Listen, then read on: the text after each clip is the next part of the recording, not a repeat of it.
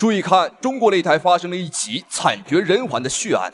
日本武打女星来中国踢馆，惨被散打女王飞膝爆头，瞬间猝死擂台，擂台立马变成手术台，不料最终抢救失败。事情的起因是日本武打女星来中国拍戏，结果在片场竟然当众欺负中国姑娘，对中国姑娘拳打脚踢，甚至当众扇起了耳光，完全不把中国人放在眼里。甚至还羞辱中国武术就是小孩打架，而日本武术才是天下第一。中国武术无非就是哄小孩的把戏罢了，根本不堪一击。我们日本武术才是真正的世界第一。接下来我准备去中国踢馆，中国人准备好受死吧。好，观众朋友们，正在出场的选手身着红色小短袖，没有错，她便是来自于日本的武打女明星大滨方美。但是成为武打女星之前啊，她是拍1+2级的片子啊。注意看，比赛还没开始就已经跪下来了，这叫未战先降。但当然，她有可能啊是知道自己这是人生当中的最后一战啊，所以说呢跪下来磕一个，因为这个擂台有可能会变成她的人生坟场。好，以前是拍1+2级片子的，虽然说现在是山鸡变成了凤凰，拍起了武打片但观众朋友们啊，山鸡变凤凰，终究啊还是一个鸡。好，再注意看本场比赛，我们的中方选手正是眼前的散打一姐鄂美蝶。鄂美蝶有一点我非常欣赏，就是她打起老外的时候绝不会心慈手软。好，我们注意看红方选手红色拳套便是散打一姐鄂美蝶，她是我们中国的散打大满贯选手。而蓝方选手蓝色拳套便是日本的武打女星大滨方美。好，注意看，比赛刚一开始，鄂美蝶便火力全开。观众朋友们，打日本人啊就该这么狠因为小日本呢是典型的欺软怕硬的类型。如果你表现出一丝的怯懦，一丝的害怕，它会像一条疯狗一样咬着你不放；但如果你表现得很强硬，它会立马跪下来求你别打了。方美啊，她有时候其实拳腿力道是一般，要像她的一个转心边拳。然后头部啊，其实都不太会做一些摇闪所以都会被对。因为呢，这鄂美蝶的拳相当的准，她用这样挡是没有用的已经开始被打晕了，要打晕了，哇，这个鄂美蝶辣手摧花，鄂美蝶开始耍她前手拳在转因为她的后手太准了，打得非常准，对，一打人就飞出去了。观众朋友们，这就是专业打手和电影演员的区别。对方会点三脚猫功夫就以为自己天下无敌了，但殊不知在职业选手面前，对方可能连陪练的资格都算不上。好，注意看比赛时间，过去了1分半的时间了，但鄂美蝶我感觉不要说30%了，2%的力都没出这边玩边打，属于在戏耍玩弄对手。哇！可是是有点后脑这个没有完全打正。是。好，继续。鄂美蝶其实都是用反向，然后他直接都会起他的后手直接后手直拳塞进去，非常的准。对手要抓防守反击，其实都抓不到。因为鄂美蝶有他自己的步伐。好，袭击，没有很勇敢的主动，是实力上确实占优。对。因为他不需要打防守反击的，所以他不做侧踹了，直接打出去了。对，因为很难贴近这个鄂美蝶。鄂美蝶的步伐非常的厉害。我相信看到大滨方美被打到这么惨，很多日本的男同胞男性肯定感到很心疼，因为对方在日本有一个外号叫做小苍井空，所以说他是无数日本男性心目当中的白月光，他们的女神。这一下脸先着地。现在对方是一个武打女星玩的是刀枪棍棒，但以前她也算是一个武打女星只不过拍摄场地在床上。然后在这个鄂美蝶其实她做侧踹很少在踹脸后续可以注意一下好，第一局比赛结束了。哇，打得有点抱头鼠窜了，前手拳晃打进去。裁判赶快来又有点在挤到神圈那边了。这个脸都打歪了。在之前这个俄国的女选手就被这个鄂美蝶打到没办法支撑下去。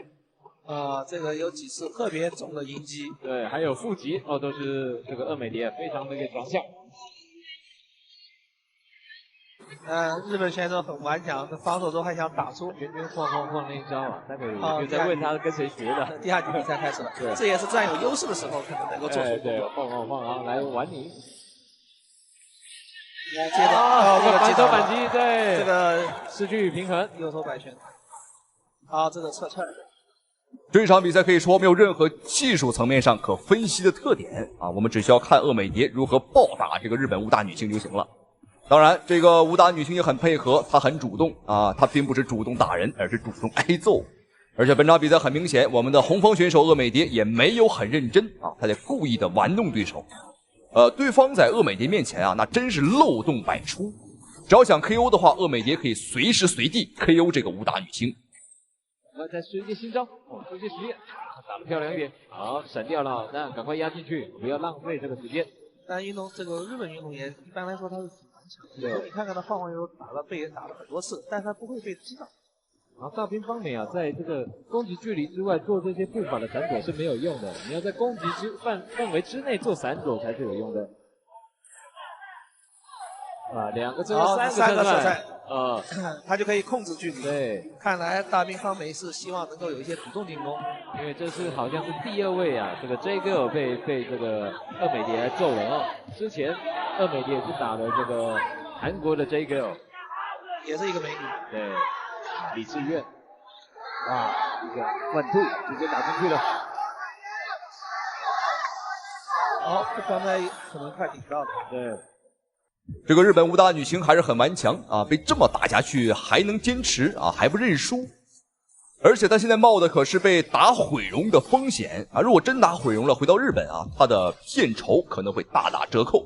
我觉得此时她不认输啊，并不是她有骨气，而是她没有自知之明啊，因为她认为自己还有机会啊，可能她还没有认清现实。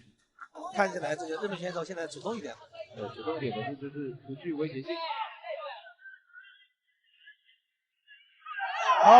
这个是一个哇，这个肯定 KO 了，哇，这个太残酷了，美蝶。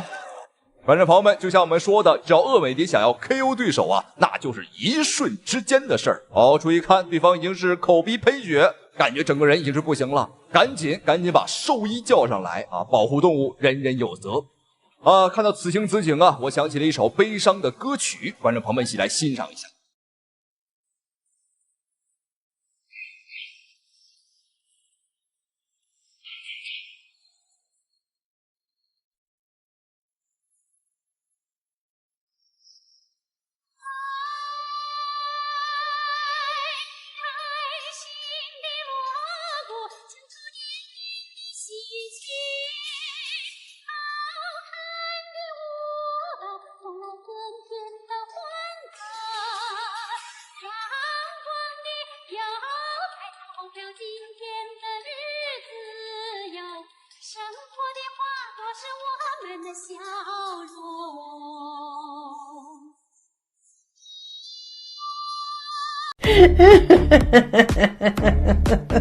中国选手一出场，全场的老外都惊呆了，各大知名频道、各大媒体都抢着来转播这一场比赛，因为这是第一次有身高2.2米的中国巨人来挑战美国拳坛。曾经在美国篮球界有一个东方巨人姚明打出了名气，让老美知道了中国人一样可以制霸 NBA。如今又来了一位神秘的中国巨人，向美国拳坛发起冲击。我们看视频当中这个身材魁梧的巨人，他就是董建军，身高2.23米，臂展2.19米，绰号泰山。听说董建军的到来，美国的各界名流大咖、世界级拳王都前来观赛，都想亲眼目睹一下这位神秘的东方巨人到底有怎样的本领。我们再看视频当中现在的老外，就是董建军本场比赛的对手艾利克斯，身高1.93米，臂展1.95米。这个艾利克斯可谓是信心满满，因为他相当的瞧不起我们中国人，还在公开的场合羞辱我们中国人是瘦弱的猴子。无论长得有多高啊，在他的面前都是不堪一击的东亚病夫。所以说本场比赛他是主动申请来做董建军的对手。今天就让我们一起来看一看这位神秘的东方巨人董建军到底有怎样的本领。好，费特比赛开始。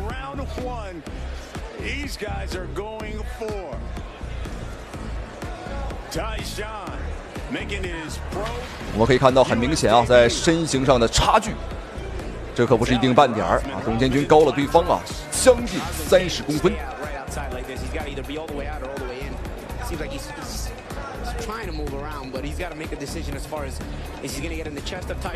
其实董建军最开始呢，他还真是一个篮球运动员啊，但是后来他发现啊，自己对传统武术啊，对这种搏击啊更感兴趣，所以他便自学了我们中国的传统武术啊，包括散打，包括像韩国的跆拳道，他也学过。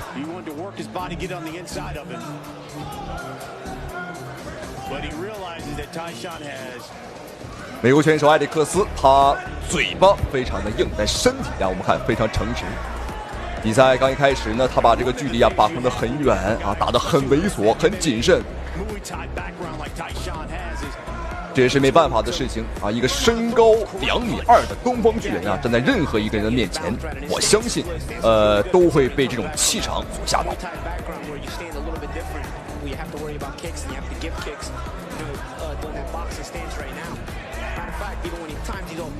好漂亮，打晃了，简简单单的一个前手，对方刚刚这个眼神啊，已经有点迷离了。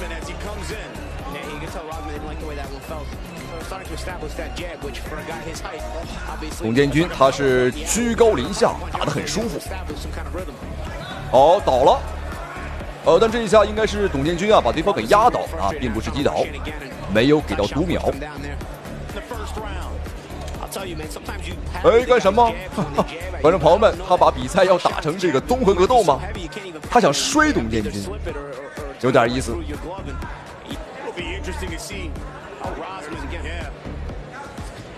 其实我们别看董建军啊长得这么高，但实际上仔细观察他的步伐呀非常灵活。当然了，这要归功于他曾经的篮球训练，因为篮球运动员的脚步和步伐都是非常的花哨啊，跑得也都很快。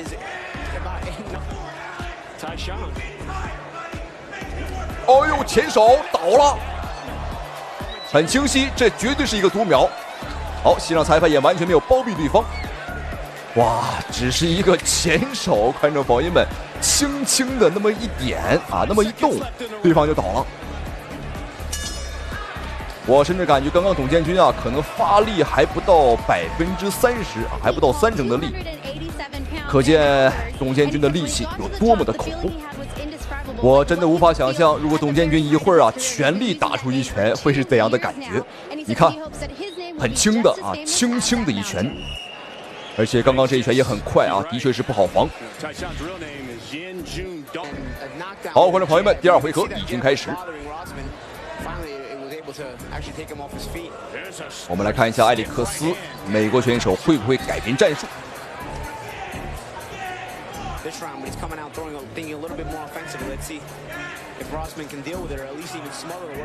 能感觉到他是想往里冲，想打内围。哦呦，轻轻一碰，轻轻一碰啊，又倒了，什么情况？你要困了你就回家睡觉去啊，这个找老婆孩子睡觉去啊，别在这块打拳了。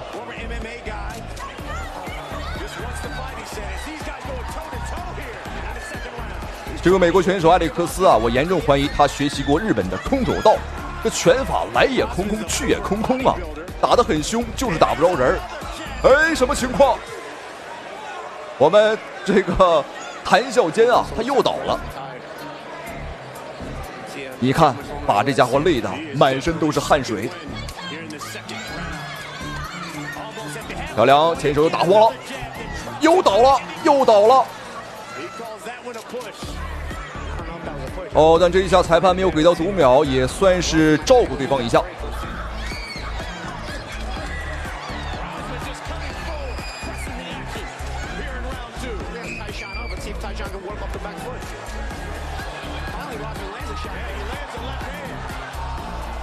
现在美国的埃里克斯啊，他已经是完全失控了啊！他知道自己呢可能在技术上打技术啊绝对打不过了，所以说便背水一战，玩了命的啊，大力摆拳。哎呦，倒了！这一下裁判你还怎么包庇？比赛结束，比赛结束了，观众朋友们，这位神秘的东方巨人，他今天让我们见识到了他的风采。好，我们一起来看一下精彩回放，看一下董建军这一拳啊到底怎么回事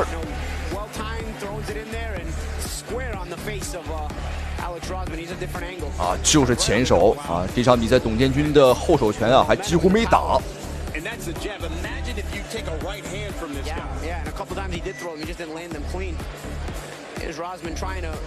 要身材有身材，要技术有技术，观众朋友们，这简直就是无敌了！有一个我们中国人的骄傲，黄种人的骄傲。好，恭喜董建军，同时们感谢屏幕前您的收看与支持，咱们下期视频再见。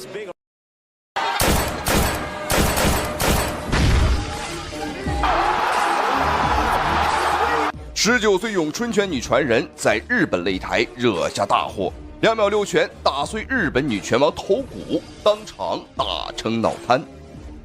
好，各位观众朋友们，欢迎收看本场比赛这一场非常精彩的中日女子拳击大战的现场。好，那这场比赛可谓是非常精彩了啊！因为我们中方的出战选手呢，是一位来自于广东佛山年仅19岁的咏春拳女传人王小慧。好，我们仔细看比赛已经开始了，带着蓝色拳套的姑娘打得非常的凶啊，没有错，她就是我们的咏春拳女传人啊，才19岁的小慧。那么这一次她是来到了日本的横滨，也就是说我们本场比赛是客场作战，来到了日本。好，我们仔细看穿着红色拳套的家伙啊，就是日本的女拳王中村美优。好，在赛前接受采访时，这个中村美优的确是非常的猖獗。他表示说自己呢是亚洲女拳王啊，他说我们中国人只是窝里横的胆小鬼，绝对不敢来日本挑战他。谁敢来就打死谁。哇哦，观众朋友们，他的确是非常的嚣张。我们看我们的小慧连续重击，这个拳法明显是有效果了，对方有点站不太稳。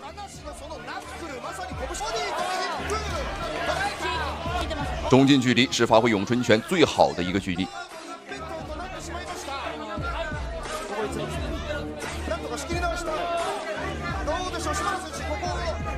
我们看比赛开始，小慧呢可以说是全程在追着对方去打，这个气势上来说呢，已经是压倒对方了。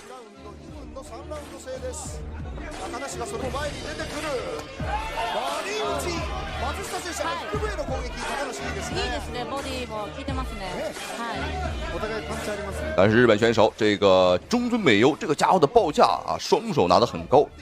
我们看小慧呢也是尝试去打破对方的这个防守，的确有难度，但是没关系，他防上面，我们打下面啊，上下齐手。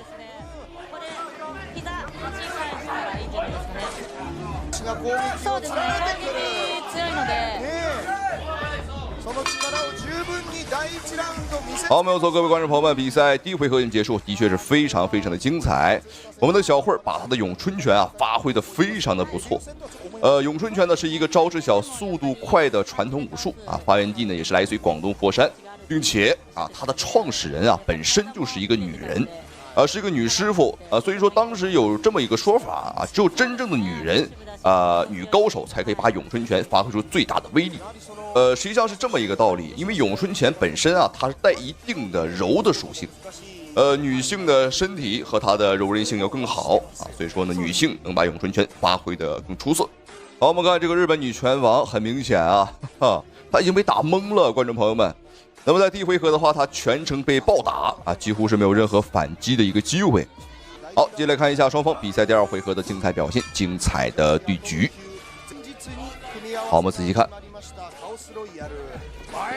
我们的小慧几乎是不做防守，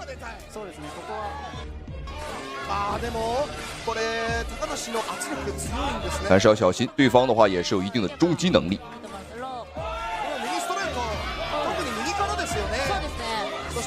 有一次疾风暴雨般的重拳，我们不断的尝试把对方啊压制到某一个笼边啊，把对方像一条狗一样给他圈起来。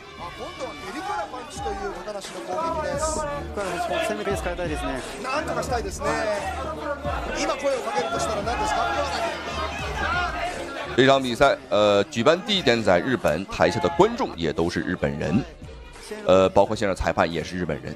啊，只有王小慧啊，我们是中国人。但当然，这个全套不好说，观众朋友们，没准是 Made in China， 我们中国产，哈哈，因为这个中国制造流向全世界。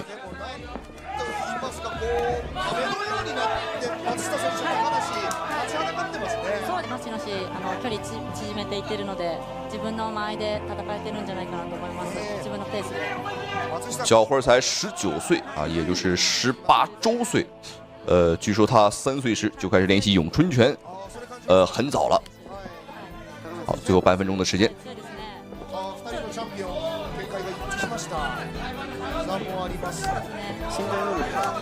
好，连续正蹬呢，把对方压制到笼边，给对方做一个困兽斗。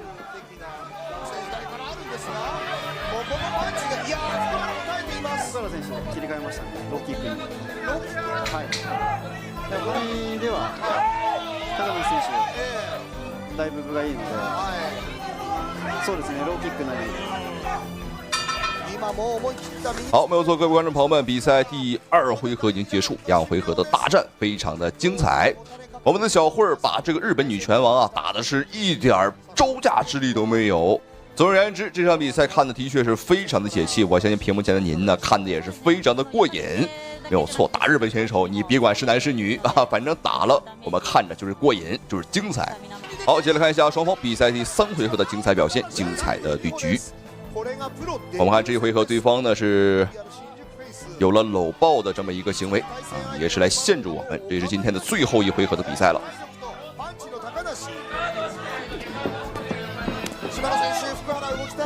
そうですね。完全に今ポイントは取られているので、取り返すつもりで前に出てほしいですね。前に出たその後何がありますかね。そうですね。今パンチの打ち合いではやっぱり高梨選手に分があると思うので、先ほどローキックに切り替えたりもしたんですけど、何か一つ自分が出しやすい一つポイント。哦呦，小心，对方这一脚踢得很重啊！小慧，哦呦，又是一脚。我们小慧不仅是拳法厉害。那么今天能看得到他的抗击打能力啊，也是非常的可以。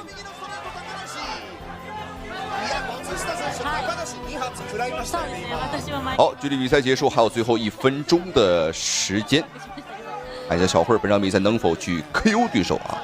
最好是能够 KO 他。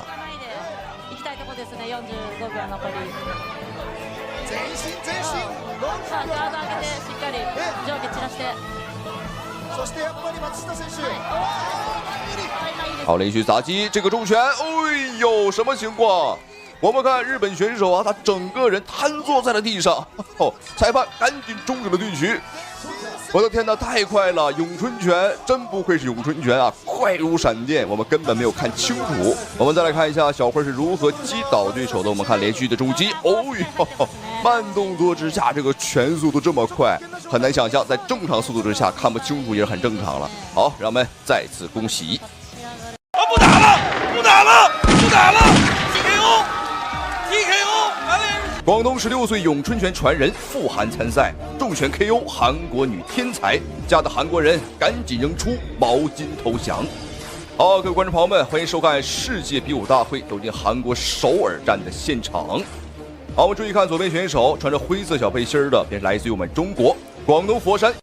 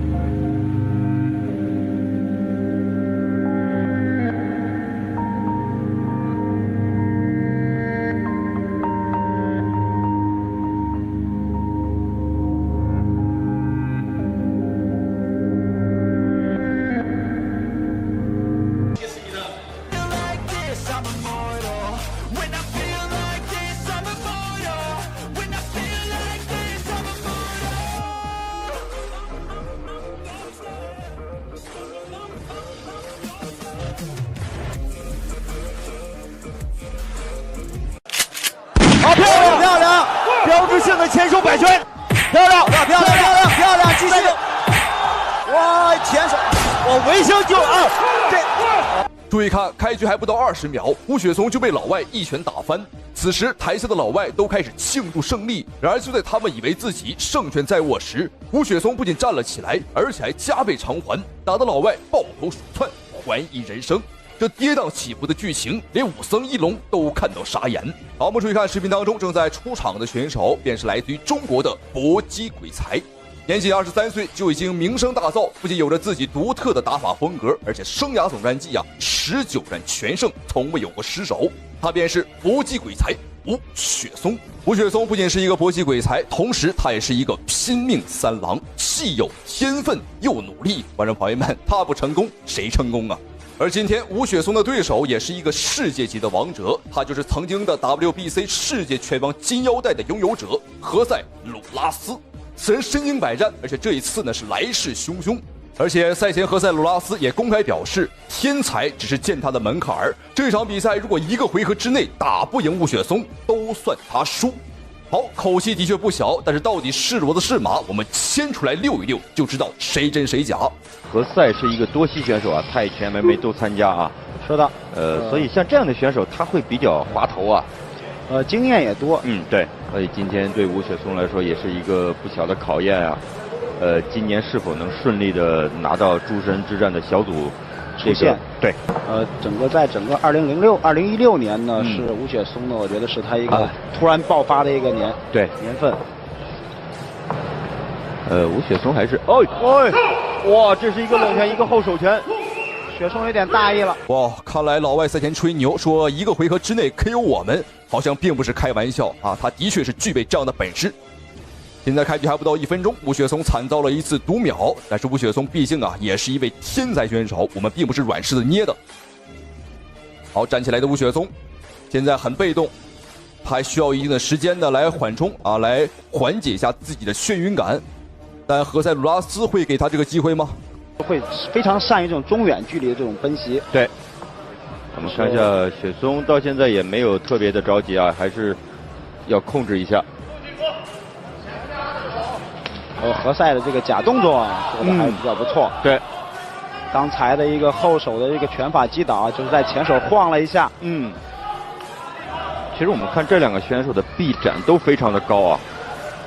对，哇，雪松这个时候不能硬进呀。对，何塞很快啊。何塞的非常灵活，而且身体的这个姿势的改变往往能够躲过雪松的非常直接的进攻。对，他的攻击路线比较多。漂亮。漂亮！标志性的前手摆拳，拿回一城。观众朋友们，这就是传说当中的大意失荆州啊！这何塞·鲁拉斯满脑子都想着如何去 KO 掉吴雪松，却忽略了吴雪松的重拳有多么的猛。现在两个人1比1打平，各有一次击倒读秒。一回合还有最后50秒钟的时间，我们看吴雪松的是不断的前压，他的脑子里现在也很想要 KO 掉何塞·鲁拉斯。我们看他攻击距离也很长啊，所以这个时候本身何塞的这个就中远距离奔袭就比较突然。对，然后雪松在近的时候一定要做好防守。对，第一局刚刚进行了2分钟，就双方互有一次读秒啊。雪松我觉得这个时候应该不要跟何塞做这种中远距离的这个动作的互换往返，要拉近距离做这种阵地的打法。好，观众朋友们，双方第一回合比赛结束情节的确是跌宕起伏，非常的精彩。赛前这个老外扬言他说一个回合之内 KO 不掉吴雪松，他就弃赛投降就算他输。但是很明显，他并不打算投降，他想继续战斗，想把面子找回来。因为在第一回合，吴雪松给他吃了一个重重的一拳，没错，就是这一拳。这一拳让何塞·鲁拉斯是颜面尽失，狠狠地打了他的脸。因为赛前何塞·鲁拉斯表示说天才只是践踏的门槛儿，但很明显吴雪松这个天才的确是给他造成了不小的威胁。好，随着眼前的美女登场，让我们一起来期待一下双方第2回合的表现，观众朋友们千万不要错过。好，我们来进入第2局，看看在这个双方在技战术上，我估计何塞不会变化他的技战术。是的，因为本身呢，我们看虽然说何塞他是有过这个 MMA 的这个打法，但是我们看他站架并不像 MMA 选手那样拉得那么开。对，首先要拉进去啊。对，这个何塞这个前后这个左右直拳的这个距离啊，非常的长，中近距离，而且他从来不会打这种中近距离的拳法发力，都是放得很长。哇，第二回合的吴雪松呢是越打越猛，越打越有感觉啊，只想打到何塞鲁拉斯的内围，而反观对手却畏畏缩缩，利用起了自己的超强臂展和灵活步伐呀，打起了游击战术。很显然，他对吴雪松的重拳啊已经开始忌惮了，他很害怕吴雪松啊打入到他的内围。对，又是一次，你看又是一次这种，而他是从上往下去压过吴雪松的前手，防守的前手。对，漂亮，击败哇，刚刚又是一个前手后手，前虚几次啊！哇，前手，我微笑救啊！这我们看还可不可以？哇，观众朋友们，这个何塞鲁拉斯的忌惮是有原因的。吴雪松一旦打到内围，果然真是没他好果子吃啊！又是一个前手，现在需要打准呐！哇，这是哦，这个倒地的场面跟雪松 KO 泰山奥斯坦的一模一样。好，观众朋友们，精不精彩，好不好看？这场比赛吴雪松的表现，我只能用完美2个字来形容了。虽然说开局并不是很妙啊，开局就惨遭读秒，但是后面的话是扳回了一城又一城，直到拿下比赛胜利。这就是博西天才啊！不仅实力强劲，还有一颗非常稳的心态，有一颗大心脏。好，恭喜吴雪松！同时，非常感谢屏幕前您的收看与支持。好，观众朋友们，咱们下期视频再见。给我瞄准了打！他是泰国拳坛最硬的男人，扬言打中国人从不防守的佩查差。不过，当他遇到咏春拳第23代弟子魏子钦时，这一场比赛会是怎样的结局呢？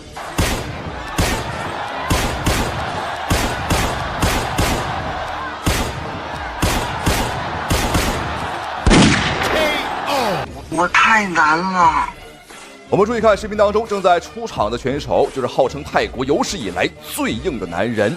他的身体硬度据说比波球、比罗唐还要硬，他就是佩查差。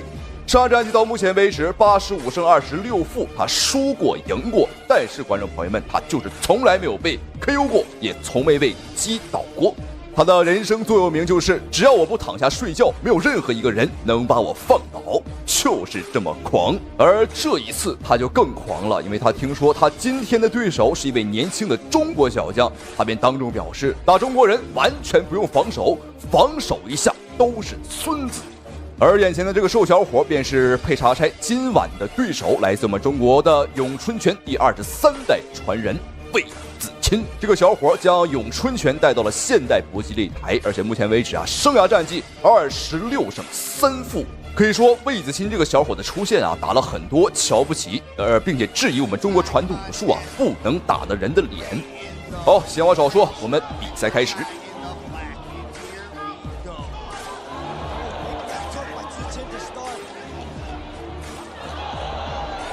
泰国的佩查差刚开局就吃到2拳，但看起来的确是硬度相当不错。这个佩查差呢，他日常的训练也相当变态。别人训练都是打沙包、打沙袋或者打木桩子，而他的训练就是被别人打。没错，站那不动一动不动，让不同的人来打他。为的就是提升自己的抗击打能力，甚至还会用这个粗盐来搓洗自己的身体和皮肤。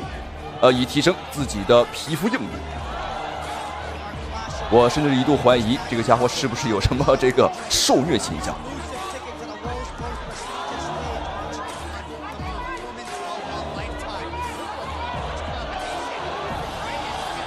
魏子钦相当灵活，连打带闪，让这个佩查差呢是看得见而摸不着。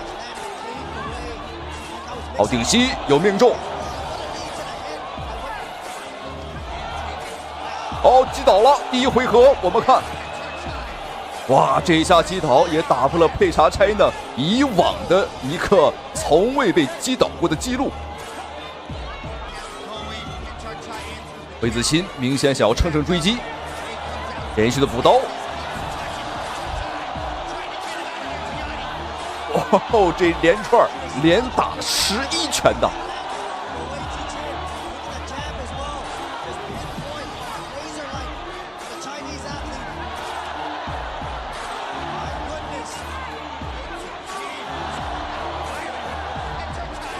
但泰国最硬的男人果然不是浪得虚名，对方这个恢复能力和抗击打能力的确是够变态。在这么一连串的猛攻之下呢，还能站得住。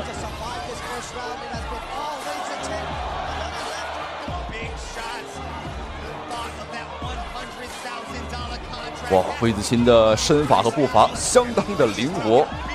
此时此刻，他就像一个西班牙的斗牛士啊，把这个佩查柴呢当成了一头疯牛，当成了一头野牛来斗。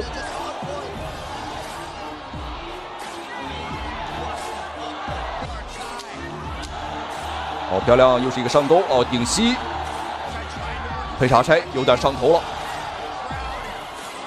我们可以很清楚的看到啊，他真的是完全不做防守。好，一回合比赛结束。这个佩查柴现在此时此刻应该是相当的愤怒，因为魏子钦打破了他从未被击倒过的记录。我们注意看，在第一回合，魏子钦的招式啊都打得非常的实，你看，但是他的眼神并没有产生涣散，只不过呢是被魏子钦呢拳法的冲击力给打倒了。好，现在双方的比赛来到第二个回合。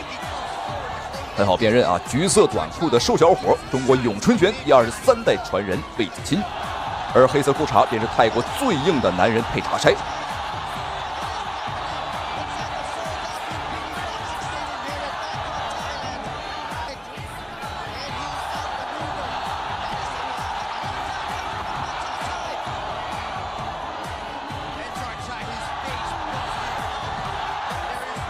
第二回合的佩查柴明显是着急了。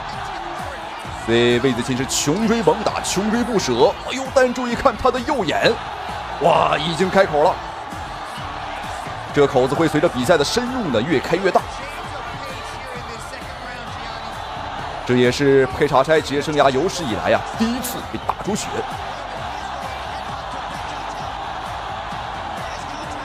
魏子钦还是要动起来，不要和对方呢站在一块打。如果硬碰硬的话，我觉得我们这边还是吃亏的啊。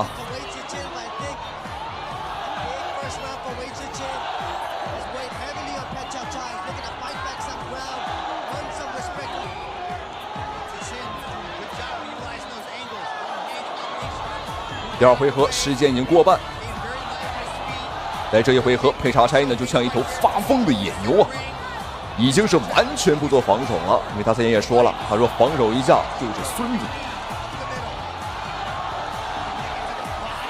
要小心，不要被对方爆杆拳打得太多啊！爆杆拳如果说被打太多的话，容易被打定住。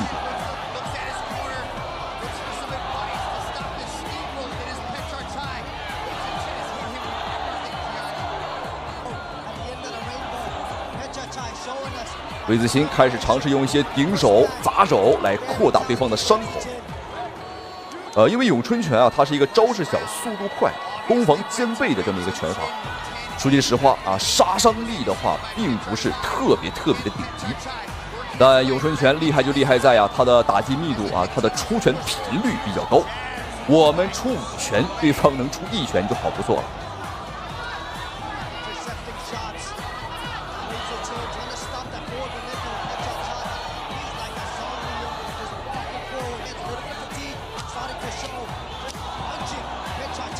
我估计现在让佩查柴的亲生母亲来看到他儿子的模样啊，估计也认不出来了。2只眼睛被打得眯成了一条缝。好，第二回合比赛结束。哇，这个家伙可真是言出必行啊！说不防守，还真就不防守。哎，注意看魏子钦，哎呦，皱着眉头，应该是在抱怨着什么？他应该是在说呀，这个家伙怎么这么抗打啊？就像是一个人形的木桩子啊，根本打不坏。在比赛的前2个回合，毋庸置疑，魏子钦已经是顺利拿下。但是接下来还有最后1个回合，比赛还没结束，还没有到最后1刻为止，我们还是不能掉以轻心的。好，费特最后1个回合，比赛继续。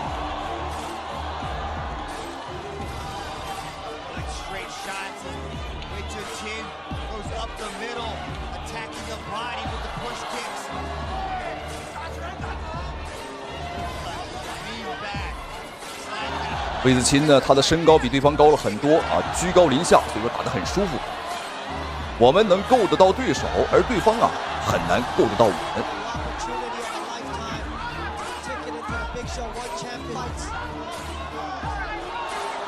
这一回合佩查柴依旧是相当勇猛，依旧是横冲直撞，完全不做防守。如果说是其他选手受伤这么严重的情况下，裁判早就终止比赛了，但他是佩查柴，他的抗击打能力在整个拳击界相当出名了，所以说裁判呢也是没有叫停比赛。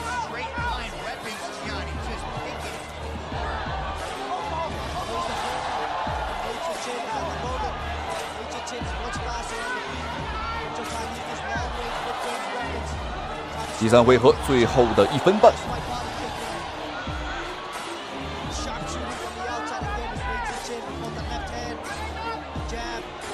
这个伤况太严重了，但是他呢还有体能啊，还在往前冲。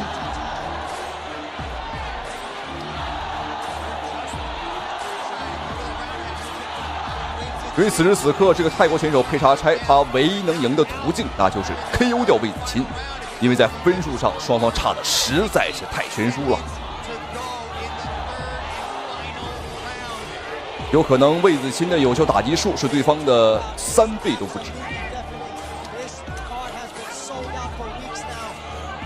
即便看不懂拳击、不懂规则的，我相信也能看得出来。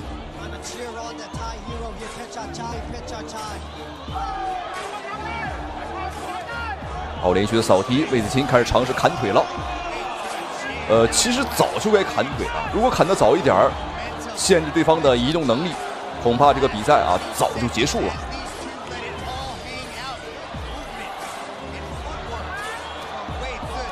我强烈建议让这个佩查柴啊和我们中国的著名少林武僧一龙大师打上一场，两个人对着打啊，谁也别防守，看一下谁更抗揍。